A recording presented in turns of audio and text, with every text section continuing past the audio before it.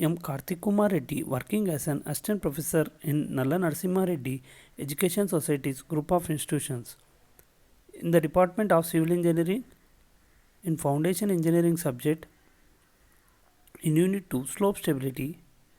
Before discussing about the rapid drawdown condition, let us look into the steady state seepage condition.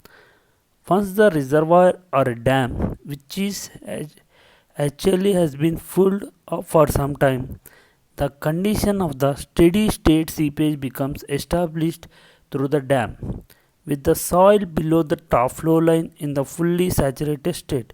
So the soil below the top flow line are nothing but the phreatic surface will be completely saturated. The condition must be analyzed in terms of effective stresses with the value of pore water pressure being determined from the flow net and the values of Ru, that is the pore water pressure coefficient, which is nothing but the ratio of mu by gamma h into gamma sat h is nothing but it is up to 0.45.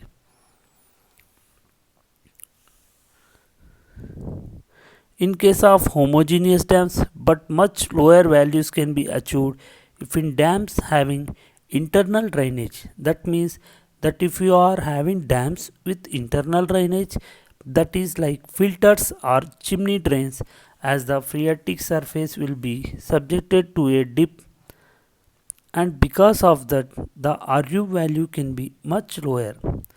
The factor of safety for this condition should be at least 1.5.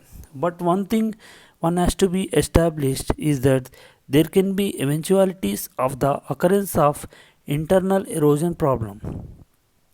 So this needs to be addressed after the reservoir dam has been full for some time. The condition of steady seepage becomes established through the dam with the soil below the top flow line is actually completely saturated and effective stresses conditions need to be considered.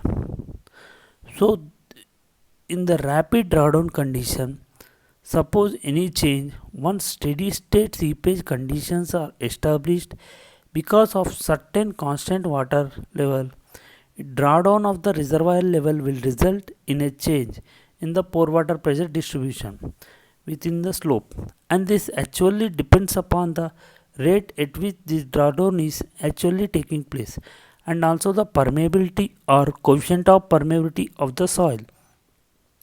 So after the condition of steady seepage condition has become established, a drawdown of the reservoir level or the water level in the dam will result in a change in the pore water pressure distribution. So if the permeability of the soil is low, a drawdown period measured in weeks may be rapid in relation to this. Even if you are having permeability of soil is low, that is drawdown period which is actually measured in weeks may be rapid and can be treated as rapid in relation to dissipation time, and change in pore water pressure can be assumed to take place under undrained conditions. The pore water pressure changes can actually take place in undrained conditions. So in the particular slide, a slope stability analysis in drawdown condition or a response of a slope to the drawdown condition is shown in the figures. The pore water pressure is under hydrostatic conditions.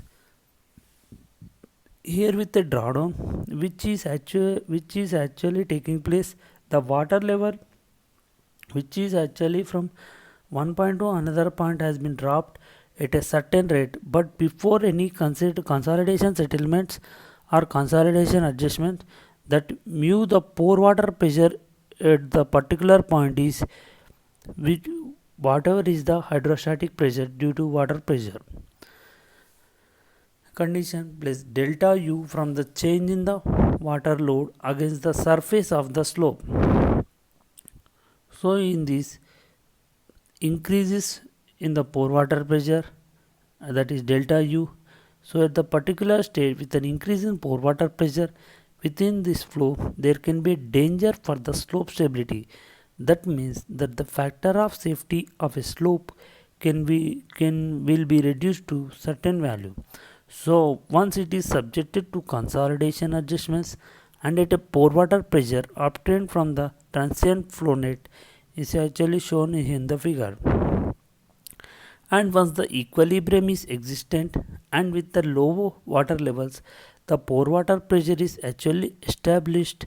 So when these things happen under cyclic manner with increasing water level and then decreasing water level, so there can be possibility of it can be hampered with the factor of safety. So in the particular slide, let us consider the analysis which is actually pertaining to rapid drawdown conditions. So this is the condition which is preferred for rapid drawdown conditions. So here consider a slope which is after the authors Bishops and Benjamin, which is a particular dam or a reservoir, and this is the water level shown in the figure in steady state condition, and is the potential failure surface and the under initial hydrostatic pressure, and this is the water level shown in the figure can be a phreatic surface after a certain drawdown. So at a point P, the pore water pressure before drawdown, that is at a point P on a potential surface is given, so which is nothing but mu naught, but the pore water pressure at this particular point gamma W H, there is this water level plus HW, but this is H dash which is actually loss which actually has taken place because of the drawdown which actually has taken from this level. Hence H dash is nothing but the loss of the head because of the seepage. So mu naught is equal to gamma WH plus HW minus H dash. Now it is easier to assume that change in total major principal stress, that is due to the resulting due to soil slope, is equal to total or partial removal of water above the slope. That means that any change in the net to change in total stress, that is nothing but the sigma and the principal stress. But the sigma 1, the delta sigma 1 is equal to gamma WH W, that the gamma WH which is nothing but minus gamma W HW at the end of the change in water pressure. What will happen is that the delta U, which is actually minus B dash delta sigma dash, so which is written as minus B dash gamma W HW. So this further delta sigma minus 1 is equal to delta U. So far in this field, once when you substitute here and when you write U is equal to mu naught plus delta U, then delta U when we substitute for B dash gamma W HW which is minus mu dash is submitted, which is nothing but gamma W H into plus HW minus H dash. When you write, we can get mu is equal to pore water pressure at point P immediately after the rapid drawdown. Once it is actually then gamma W into H plus HW into 1 minus B dash minus H dash. So by using the pore water pressure ratio, that is a gamma W is equal to mu by gamma sat H. Now substituting for U here, this is the particular expression which is gamma W into H plus HW into 1 minus the B dash minus H dash. So this is U, that is now RU will be gamma W by gamma sat into 1 plus HW by H into 1 minus B dash minus H dash by H.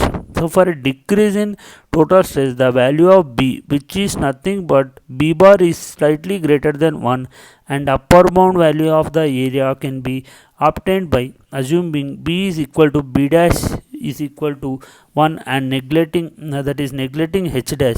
So neglecting H dash, that is H naught, that is H dash with the neglecting H dash, that will be 0, and with this it will be upper value is nothing but gamma mu by W by gamma sat. The upper value, the upper bound will be basically about close to 0.5.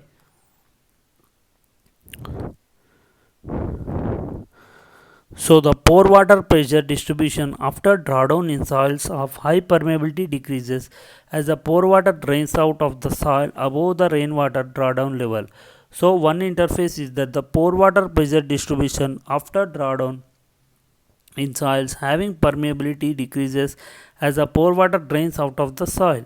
The saturation line moves downward at a rate depending upon the parameter soil. The rate at which the saturation line or the phreatic surface or top flow line moves that depends upon the type of soil or soil actually having a particular permeability. That means it depends upon the type of permeability of the soil. Based on this, a series of flow nets can be drawn for different values of saturation line, and values of pore water pressure can be obtained by the factor of safety can thus be determined using an effective stress method for any position of saturation line.